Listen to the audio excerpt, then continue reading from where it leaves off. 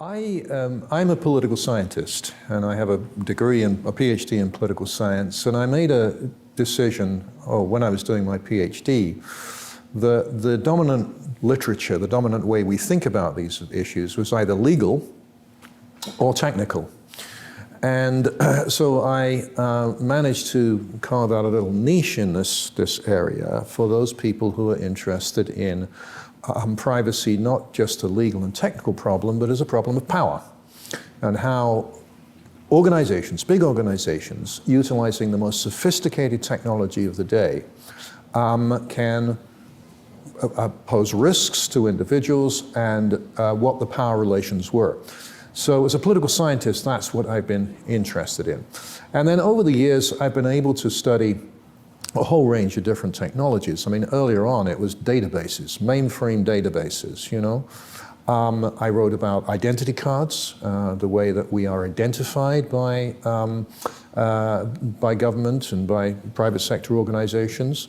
I've written about video surveillance, video cameras. I've written about most recently I've written about the processing of personal data in elections by political parties and political organizations, and a range of other things as well. And each of those problems produces somewhat different questions concerning the appropriate balance between the organization's need for personal data for legitimate purposes and the privacy rights of individuals. And so that's where the human rights aspect comes in, right? It's not just a question of technology, it's not just a question of security. It's a fundamental human right that we have as individuals to be able to say to an organization, no, that's my data, I don't want to share it with you, and I want to have some control over how it's being used.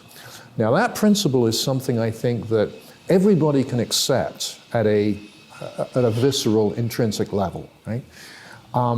The problem is, how do you actually implement that in the complex society we live in, with extremely sophisticated digital technologies where data about us is captured and processed, sometimes without our knowledge and awareness, and captured and processed in different parts of the world, as this has become not just a Canadian problem, not just a domestic problem, but a fundamentally international problem.